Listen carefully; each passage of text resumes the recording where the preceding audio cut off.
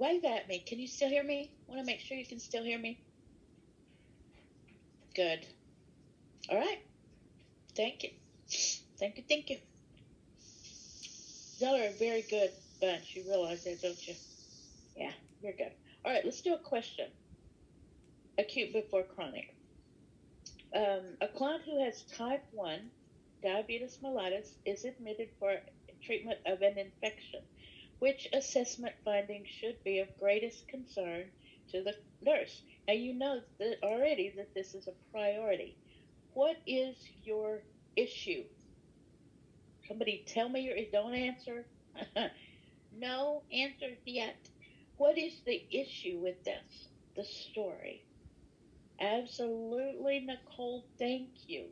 It is this patient, this client with an infection. Okay? Don't let diabetes be your first thing you look at.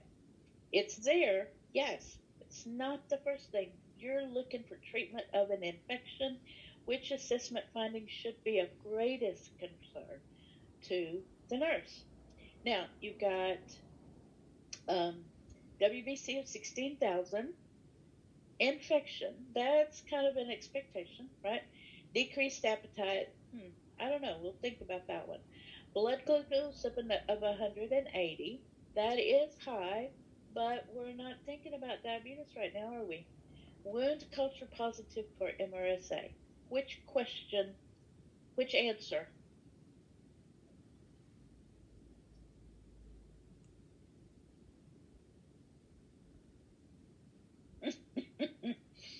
There you go. There you go. See, increase your confidence. Pick these questions apart. Um, and look at, use your stop. You realize it is really helpful. Wound culture positive for MSA. Now, this elevated WBC is something that you're going to take in. It is expected. You know that this client has an infection. Okay, so it's of concern, but it's not the greatest concern. The person with a type 1 diabetes, when they are sick, they are in conjunction with their physician related to managing their sick days with their insulin and their meals and so forth. So that is not your major concern. The glucose regulation is important. But it's not the chronic. Remember, this is acute before chronic. The chronic is not the issue at this time. For the wound culture, a client who has MRSA will require quickly, it's a hard one to get rid of, so contact isolation immediately so that you can prevent the staff and yourself and the client from getting MRSA. It's highly virulent and very difficult to treat. A prolonged infection with MRSA and in a person who has diabetes can be a very serious complication. Okay? Good. Now, stable or unstable. The client who's stable, less likely to need immediate nursing care than the unstable one. It might be tempting when prioritizing time management. Go to the stable client first, get them done, and then I'll have time with the other client. But the unstable client is usually the better choice because you need to take care of them now. Um, Client is unstable, stable or unstable. Respirations of 38. Chat, are they stable or unstable? Thank you. Yes, very unstable. How about a pain rating of 4? Yeah, they're stable. You're going to work with them, but they are stable right now. Heart rate of 165. It's kind of unstable, isn't it? Yeah, you're going to need to do something. Figure, that this is not unexpected. Okay, stable or unstable. A nurse receives the following assignment after morning report. Which client should be assessed first? First, that's your priority. Which one are you going to look at? And we know from our previous conversation that it's going to be an unstable one, right? So, chronic back pain and is crying. scheduled for knee arthroplasty within 2 hours, transportation and awaiting discharge, 30 minutes post-op for compound fracture. Which one do you think?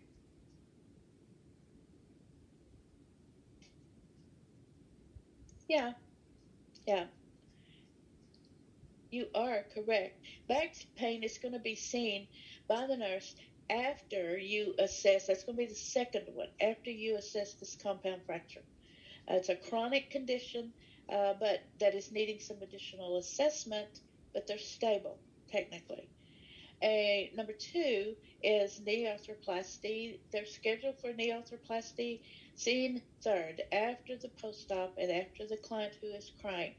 Uh, Baseline assessment with pre-op, so that's not your priority. Um, Discharge should be seen last. The one waiting, they're getting ready to go. They are the most stable. That's what you're doing with this question, figuring out which is most stable and which is less stable. And a client who is 30 minutes, that is in the risk area for complications still from anesthesia.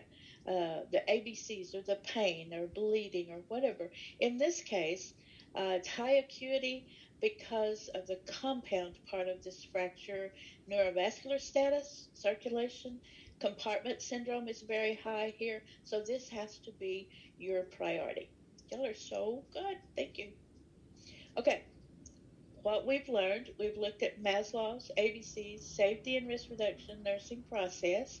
We've looked at some of the words indicating a priority stem, examples of circulation in the circulation priority, um, MI, hypotension, an example of a least invasive intervention, raising the head of the bed versus administering oxygen. So now we're ready to progress, and we've already had our break. We're a little behind, but we're okay. Grab your handout. Okay, default strategies. Now, once again, if you don't get these written down right this minute, they will be in your heading as we go through. Default strategies uh, to these assist you to focus on what you know even more. Focus on what you know rather than what you don't know. Trying to get you away from the focus on your lack of knowledge, because that means you're at the door of freaking out. You become anxious, start guessing or changing answers. Um, this can really reduce your ability to answer questions from then on, okay, for the rest of the test. So, default strategies. Time elapsed. Think about time elapsed when you're looking at your question. Priority nursing action is going to change based on the time interval. The closer the client is to the origination of the risk, the accident, or the surgery, whatever, the higher the risk for complications. Maybe in terms of hours or days or physical location, etc. Where is the client? Is he in the OR, the PACU, the radiology, GI lab?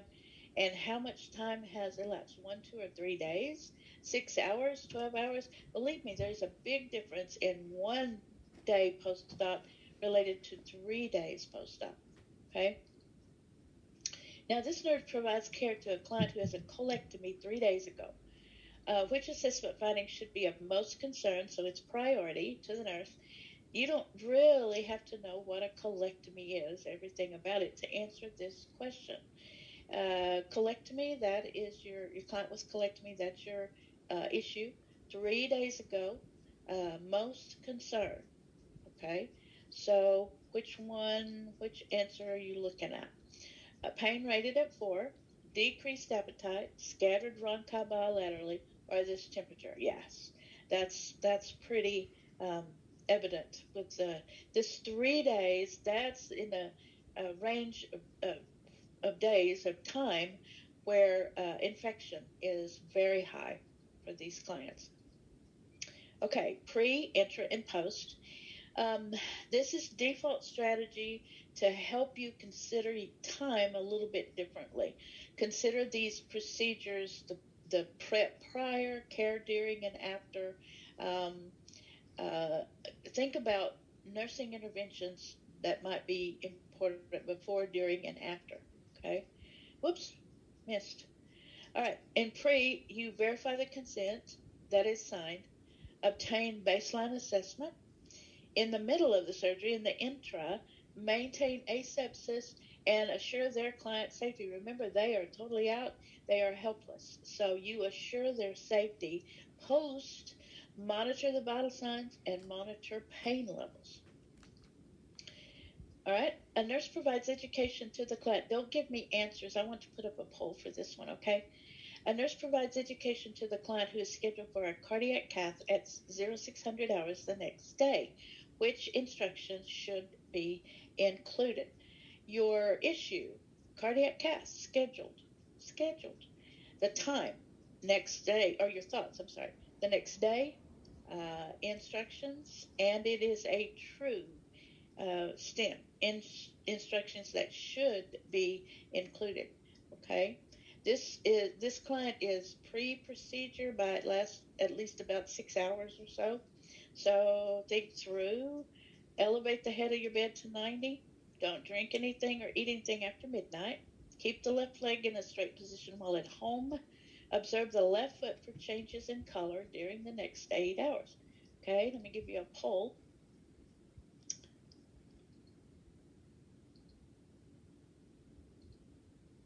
Okay, your poll is up.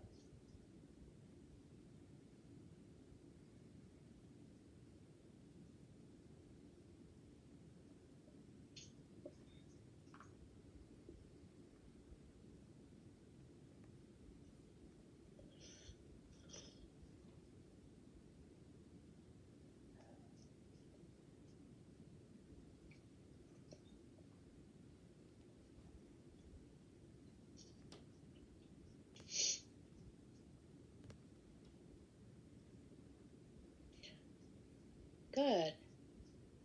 Just a little bit more.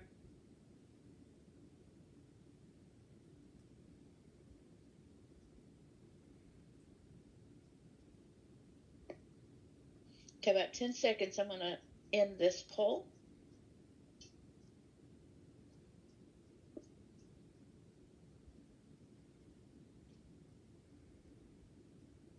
Okay, great. Let's end it. Most everybody wanted to, which is the correct answer. Elevate the head of your bed to 90. Remember, this is pre-op. They're probably still at home. Um, so elevating the head of your bed is not good right now. Keep the left leg in a straight position. Remember, this is instructions that they're given before they come in. Keep it straight in a straight position while at home. Well, not yet. Nothing's been done. They're going to be that way after the cast, right? Observe the left foot for changes in color during the next 8 hours. Not yet. Nothing's been done to that leg, right? So, standard practice guidelines require the client to remain NPO after midnight if they're having a cardiac cath in the morning, in a liquid breakfast if it's in the afternoon. So, but applying your pre, intra, and post. This was a pre that would give you heads up about these answers. Okay. Direction or magnitude. We mentioned the other day, or not the other day, earlier, trending within normal. It's very important to recognize the direction of the change. Is it increasing or decreasing? Is it hypo or hyper, right? So you kind of match the, whoops, too far. Match the following, and y'all can do those mightily.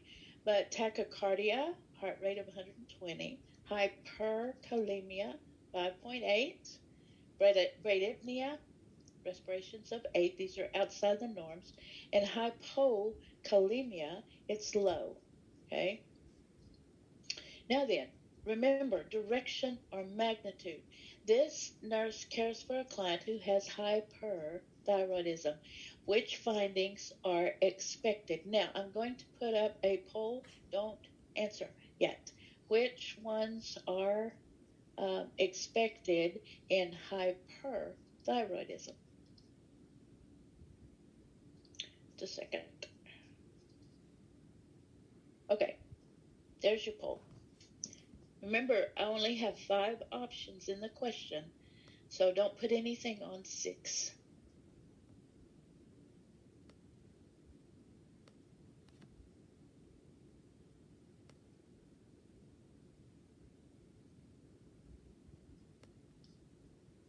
Remember what you do with select all but apply? You apply true false to every one of them.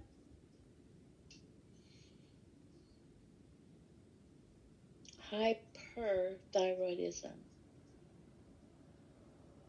That thyroid gland is putting out too much, isn't it?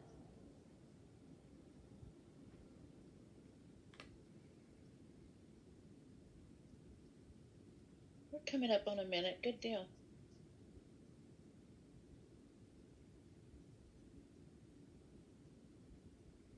Now, if you don't know just a whole bunch about hyperthyroidism, you do know about hyper. Apply that to the answers.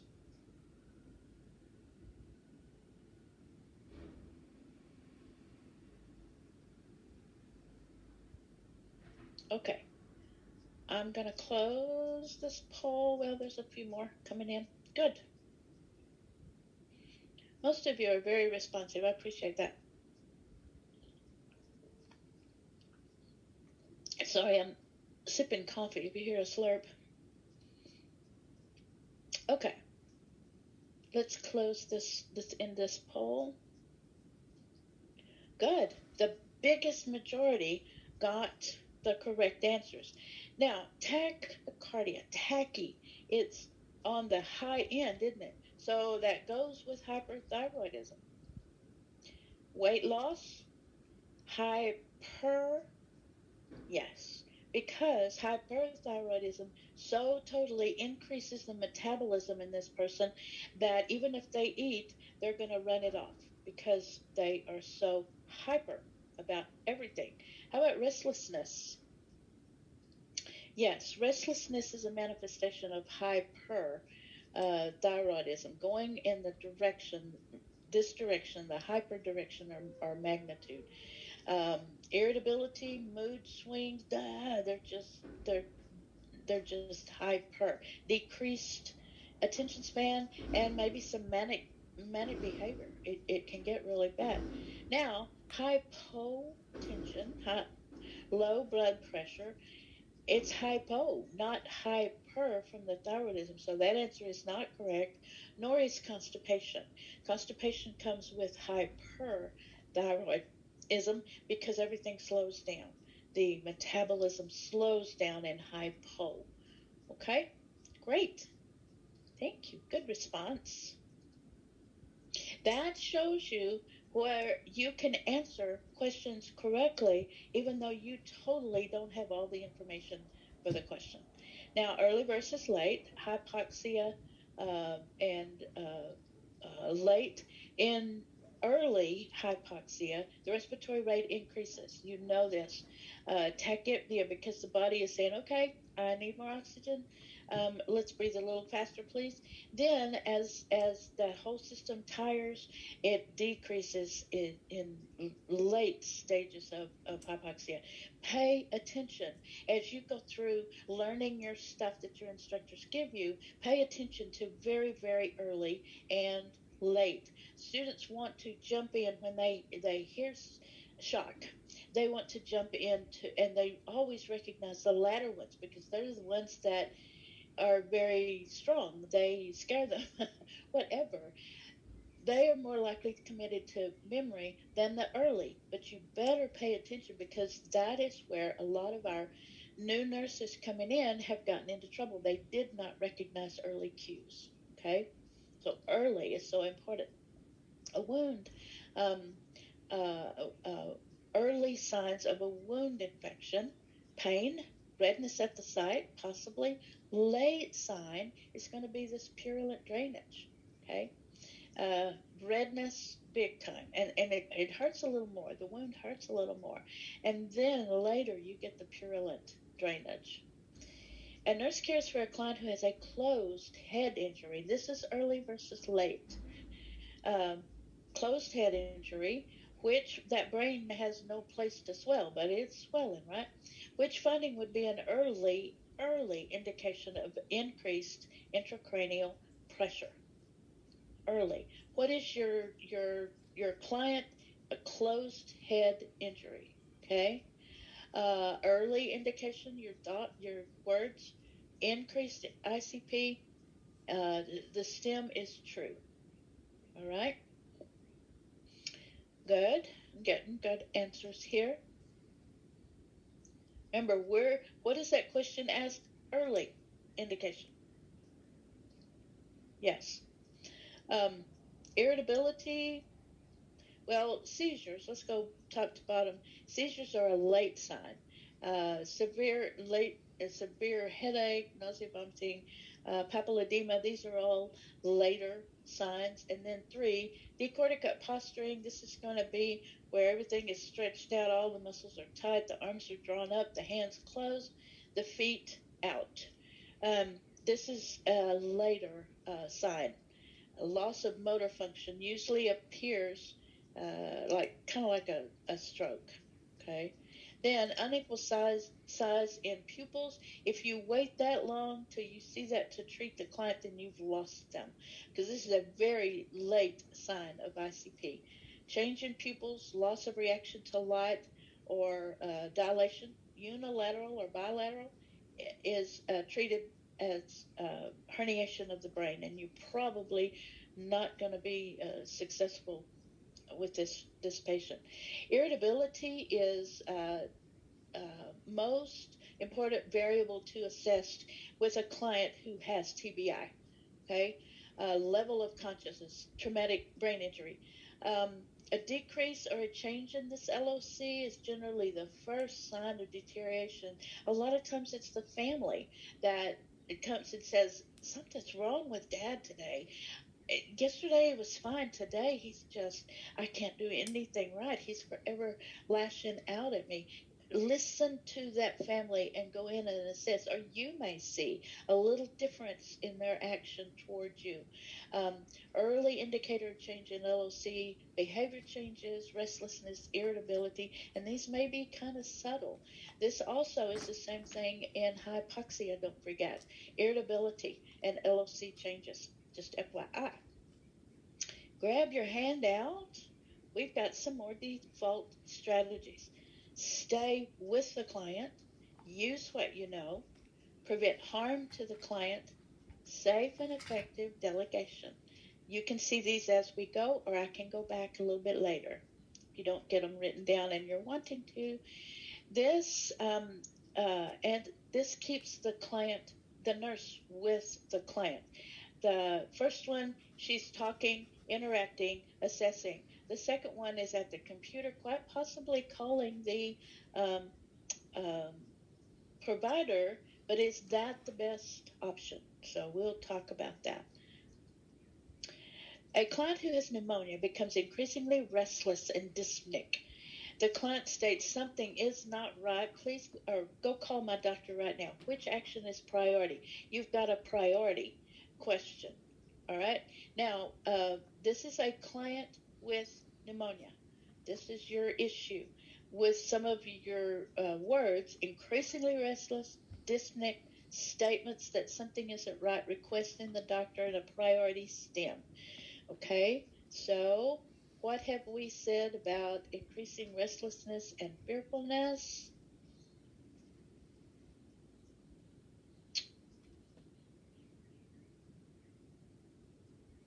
There you go. Plus, that's what we've been talking about. But beyond that, let's think about it. Remaining at the bedside, we'll come back to that one. The provider should be notified of the client's condition in order to manage care and update prescriptions, or whatever, to address the change in status. The nurse should remain at the bedside, and you're going to call for assistance from teammates. That's why you have a team. And you can use your phone, use the phone in the room, yell, but you remain at that bedside because things are changing. Consult RT. Well, you probably will, but that's additional therapies related to the provider's prescriptions, but that's not your priority right now. And notification of the rapid response, you may or may not need them. Um, we don't have really any indication right now we need a response team, um, but the priority overall is still that you remain at this bedside. If they have pneumonia, they are greatly at risk of developing hypoxia, and they're talking, you can see that that's happening. Restlessness, anxiety, declining LOC, behavioral changes, these are all things that you need to be watching to assess for further signs of hypoxia, and maybe get some oxygen on them or get the head of the bed up, or whatever you have there until you get some help. But this way you know exactly what's happening with that patient. Okay? Use what you know. This default strategy, oh my goodness, take this with you. Use it when there is information you don't remember or you don't recognize, because what? You need to stay in control of the test. Focus on what you do know. A client who has thalassemia, heart rate of 140, respirations of 12, what are you what are you going to use? What are you going to focus on with this question? Looking at a question that has this information. What do you know that's wrong? Yes, tachycardic. Respirations are within expectation range, aren't they? Thalassemia, you may not know too much about thalassemia. Look at that word, emia, blood, you know that. So you know that something is related to blood, but focus on the vital signs. Okay? Thalassemia actually is an inherited blood disorder resulting in abnormal hemoglobin, and they have to have transfusions. Okay? If you don't recognize it, you know that as a nurse, first off, you're going to address this heart rate. Then, a client who has anxiety is prescribed meprobamate. Meprobamate. When I first looked at this slide, I was not familiar with meprobamate. It's a little bit out of the way. But what do you know? That statement, anxiety is prescribed meprobamate. What do you know? What can you pick up on? How about anxiety? Yes. And you may know something about some anxiety medication, so you know that there may be a problem with drowsiness, safety, right? You do understand anxiety, and you can use that probably to answer any of the questions that, or the answers, the options that might be in that question, right? Good. Focus on the diagnosis, because you're going to recognize that maybe more than the medication. Use what you know. A client who had bariatric surgery 4 weeks ago, do not answer. I want to put up a poll right quick, please. Um, Maybe not. No, we'll just go ahead with answers on chat. A client who had bariatric surgery 4 weeks ago reports frequent episodes of diarrhea, palpitations, and dizziness. Which statement requires additional teaching by the nurse? We have a false stem, right? Requires additional teaching. Now, um, client post bariatric surgery is our issue. 4 weeks ago, diarrhea, palpitations, dizziness, statements, additional teaching, and we have a false thing. So I walk each day before dinner. Remember, you're looking for something that is not right. This is a false statement, so you're looking for an answer that is not right. I walk each day before dinner. I sit up at least an hour after eating. I eat an egg each morning for breakfast. I drink sugar-free beverages between meals. What are you thinking? It's wrong, remember? Okay, we're kind of all over the place. Um, Following exercise for 30 minutes, that's a good thing. That's a good thing. So that is not the correct answer. This is an incorrect statement. Sitting up at least an hour after eating. Um, th- this client is reporting symptoms of dumping syndrome, um, because the stomach empties rapidly into the small intestine. To minimize symptoms, they're encouraged to maintain supine or semi-fowlers. Sitting up at least an hour after eating, that's for a client with GERD, not dumping syndrome. So you had to have a little knowledge about bariatric surgery. Having an egg, that's great. That's protein. And sugar-free beverages, I think a lot of you clued in on sugar-free beverages, which that's okay. But the emphasis here was between meals. They do not consume fluids during meals. So between meals made this a correct statement. Prevent harm. When in doubt, choose the intervention that prevents harm or a life saving intervention. You're in a question and you don't really clue in on the answer you like right quick. So use this strategy. Do I need to prevent harm to someone? What prevents harm? Raising the bed rails, the PPE, and the fall precautions, right? What saves a life? Fluid bolus, CPR, and asepsis. Look at it that way. Keep the client safe, following protocols, etc. Collection of a specimen from a client's indwelling urinary catheter is delegated to the LPN. The RN should intervene when which action is observed. Now we have a false. We're looking for an answer that is incorrect. And if you don't have a lot of time with indwelling urinary catheters, that's okay. That's okay. You could still answer this question. Discards urine from the collection bag, obtains 20 mils of urine from the sample port, disconnects drainage tubing from the catheter, or clamps the tubal distal to sample port for 15 minutes. Which is the RN going to intervene and change? Remember that your indwelling urinary catheter is a closed system. It is sterile to the patient, not to us, but it is sterile to the patient. There you go. Good, good. Um, that is number 3. Disconnects that drainage tubing from the catheter. You have opened it up and exposed that client to other pathogens, right? Discarding urine from the collection bag when it gets full, that's what you do. Obtaining 20 mils from the sample ports, a sterile procedure, that's good. That's what you do.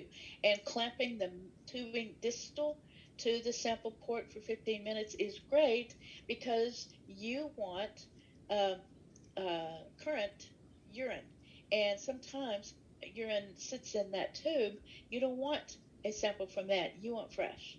So you clamp that tubing and it builds up a little bit in 15 minutes and you take it from there. Go back to the previous slide. Yes. That one? Let me know when you're done. Okay. You ready? Are you done? Good. Good deal. Okay. So you got that question. Now, safe and effective delegation. RN and versus LPN is stable versus unstable. Actually, that is a big part of it. The RN does initial assessment and initial teaching. The LPN is assigned to stable clients. They reinforce this teaching. They come and reinforce what's already been begun. Then the UAP is going to perform skills and tasks for stable. The RN initiates IVs, IV piggybacks, care plans, teaching. The LPN is going to add to these care plans because they're taking care of the patients, right? RN administered bolus pushes and titrated. The LPN gathers data and reinforces teaching and care plans. LVNs need to be very careful. There are a lot of times they are asked to do things outside their scope, so be sure you're getting that scope. Um, Reinforce teaching and care plans, administer subsequent IV piggybacks with routine, and you can change IV bags. The UAP assists with care of stable clients, basic activities, gather some specific data. Okay. A nurse should recognize which tasks cannot be delegated to the unlicensed assistive personnel. Obtain vital signs, weigh them prior to dialysis, a routine urine sample, and oxygen via nasal cannula. Yeah, you know that one because oxygen is a med, right? Yeah. Now, one note, a routine urine sample, that is going in and getting the little cup that the client has gotten their urine, right? They cannot uh, collect specimens out of the indwelling. Can't do sterile. Okay, let's talk just a little bit about next generation NCLEX. Really and truly, I'm so excited about this because this, how their questions are coming up, and you'll have three on your exam, are kind of how I taught. Anyway, I love this concept.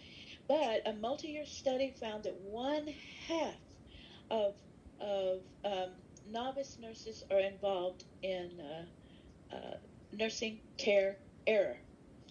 46% tasks performed by entry level nurses require clinical judgment. Only 1 in 5 employers were satisfied with decision making skills of new nurses. Wow. Determine the current. The research determined that the current NCLEX does not adequately assess um, clinical judgment. Okay, we don't want that rate of nursing care errors in any nurses, but especially our novice nurses just coming out. So, who will take the NCLEX with the next gen items? That starts in April 2023 for PNs and RNs. What type of items will be included? Don't worry about writing this down. You'll be hearing about. I mean, you'll see it. You'll hear about it. Current items are going to be continued, what we've got already, and then they will add some different ones. Partial credit scoring may apply to some of these new types.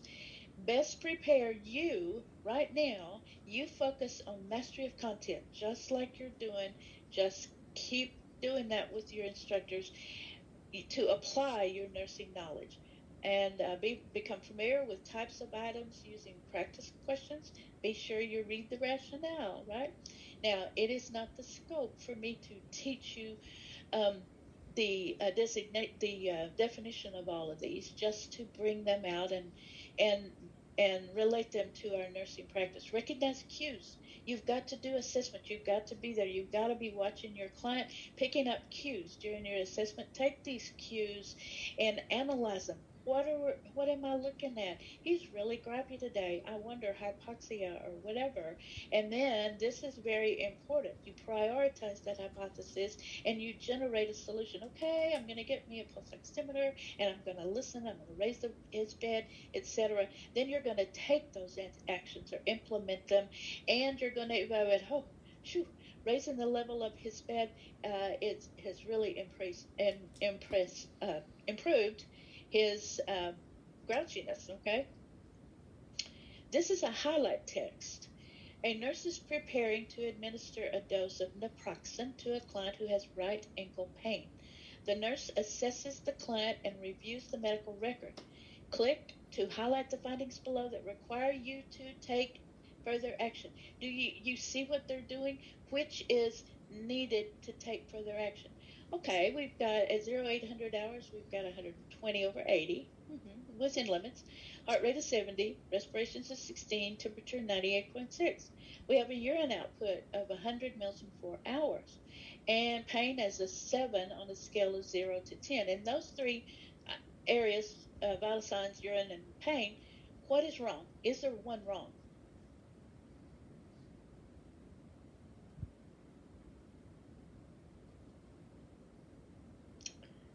Oh, pain is up a little bit, but that's not the problem. Urine output, do you know the gold standard for looking at the minimum of urine that needs to be put out for an hour. It's 30 mils per hour. So if we've got in 4 hours only 100, he's behind, isn't he? Because it should be at least 120. Okay, so you've pinpointed that one. Seven, seven is getting up there, but it's not something that could really be a problem yet. Allergy to ibuprofen at 0815, history of GI ulcer and MI, vital signs 120 over 80, heart rate is 80. Uh-oh, we're trending, aren't we? We're going up from 70. Respiration's 18, once again, increasing. Temperature 98.6, so it's good. Lab results. Now you have your ranges there. BUN of 22. Elevated. Do you know what BUN is for? Creatinine 1.4. It's on the high, over the high end, and a hemoglobin of 10 uh, from 14 to 18 is the expected.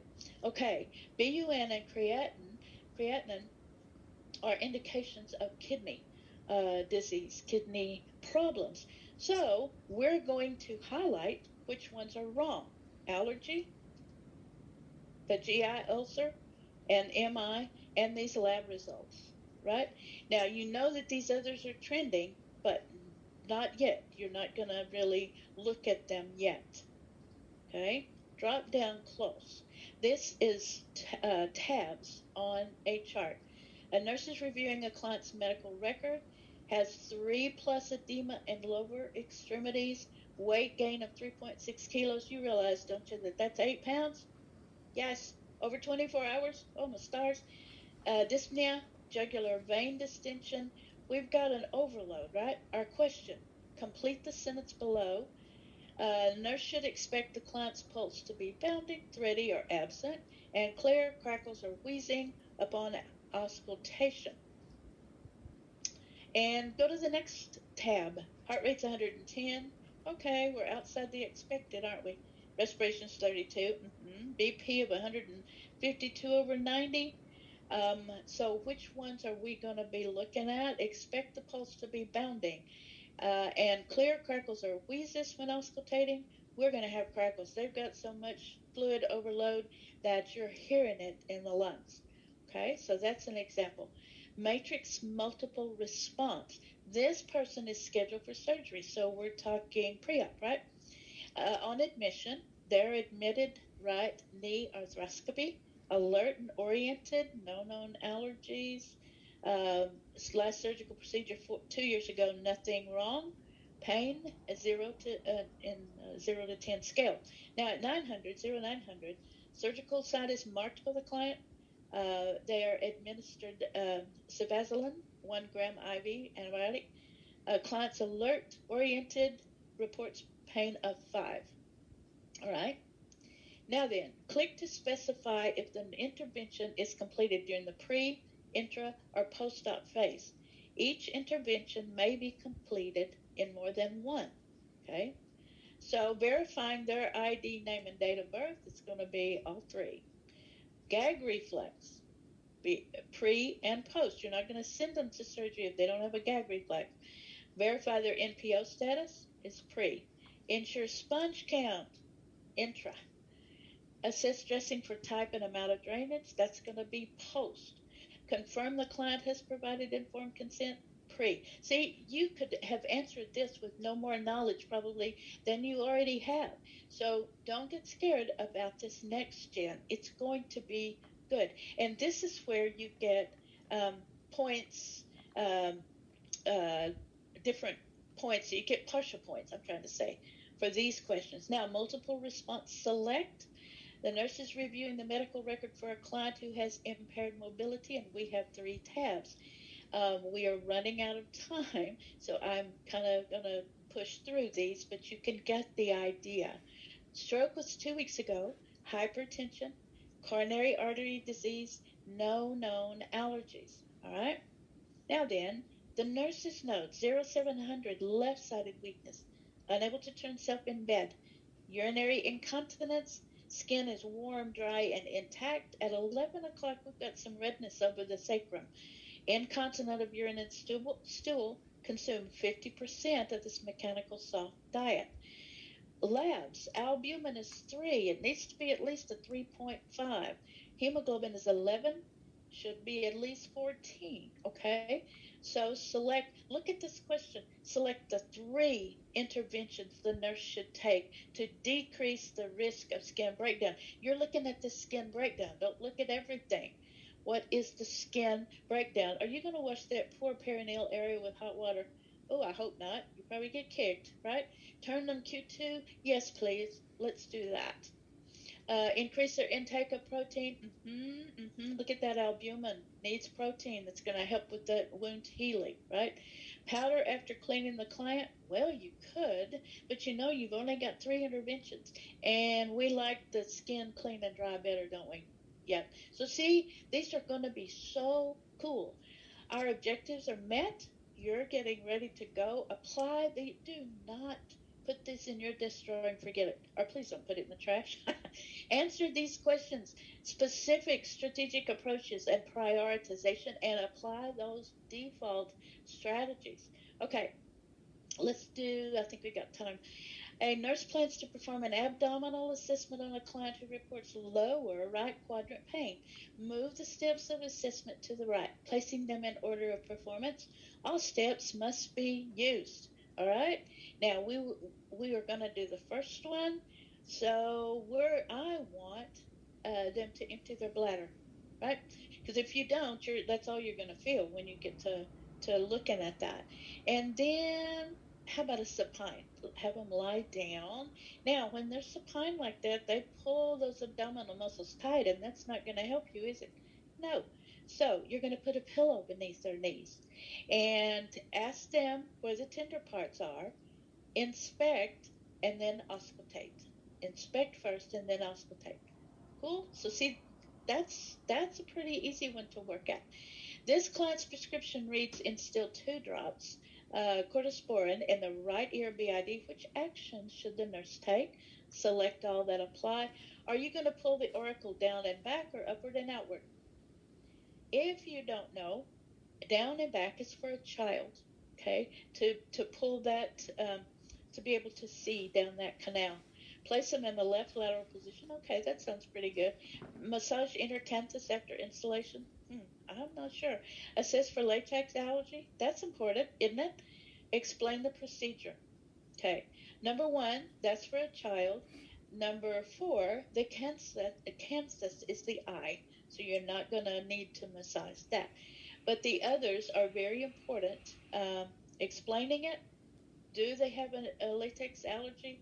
Put them in the lateral position because you're going for the right ear, and pull that auricle up and out. Good. A nurse completes a post-op assessment. Post-op. Which client data are objective? Y'all could get this one, with right this moment. Which is objective? Objective data are observations or measurements. Subjective is anything reported by the client. Okay? So heart rate, that's objective. Incision red, that's objective. Capillary refill, less than 3 and less, that's objective. Leg pain radiating, no, you can't see or feel that yourself. Nausea after sips of fluid, no, that's subjective. Okay, so our summary, these are things that we've gone through. I don't know, but you need to stay prepared. We have a lot of resources to help you stay prepared for this. You did a wonderful job. Chat me right quick. What information did you find most helpful in today's seminar? What are you thinking?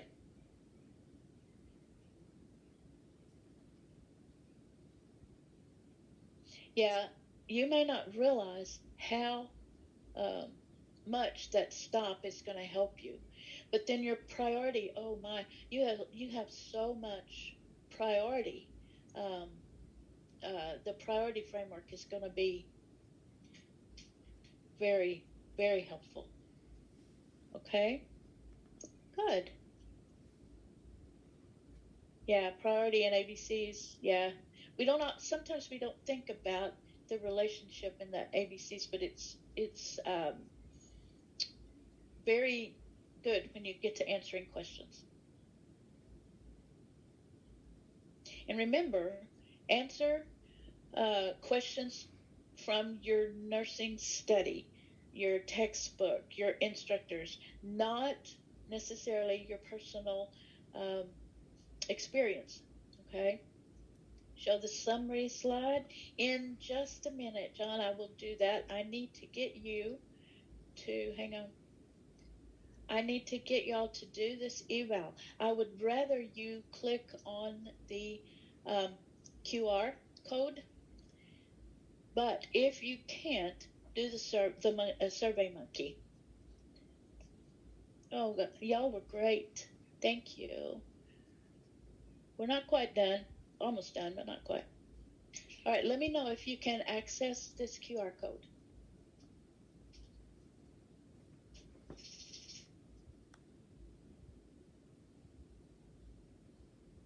Good.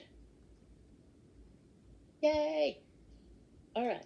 Good. That lets me know. Now, let me know, one or two of you, let me know when you get through.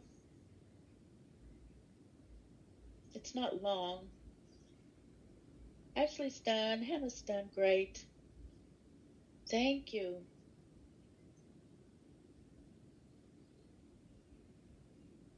All right. So nobody needs the Survey Monkey, correct? You guys see how important it is to review these prioritization strategies and your default strategies and all that right before you go into a test? Yes. Focus your mind on doing that. Now then, um, thank you. Thank you so much. You've been so good. But thanks for participating in this seminar and wish you great success. You will be getting, oh, I can't remember, um, but you will be getting a printout of some of this, I believe. Um, okay, I'm going to go back. Y'all are great, and we are done. Now, somebody had asked me to go back to the summary. You're free to stay, ask more questions. You're free to go, and I have so enjoyed it. There are what? How many? I had down 78, 77 um, students, and think about that. You're all going to pass NCLEX the first time, the very first time. I just know it. Y'all are very good. Very good. So you keep it going, you keep it positive, and and you're free to go whenever you want to. Thank y'all so much. You did so well. I'm gonna take this back to the summary. There you go.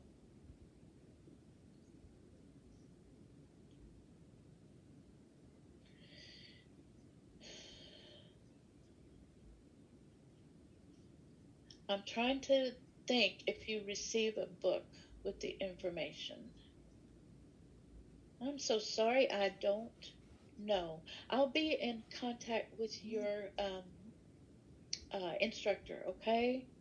And um, she can get the information to you about that. Yeah, y'all have a good week. This is an awesome week.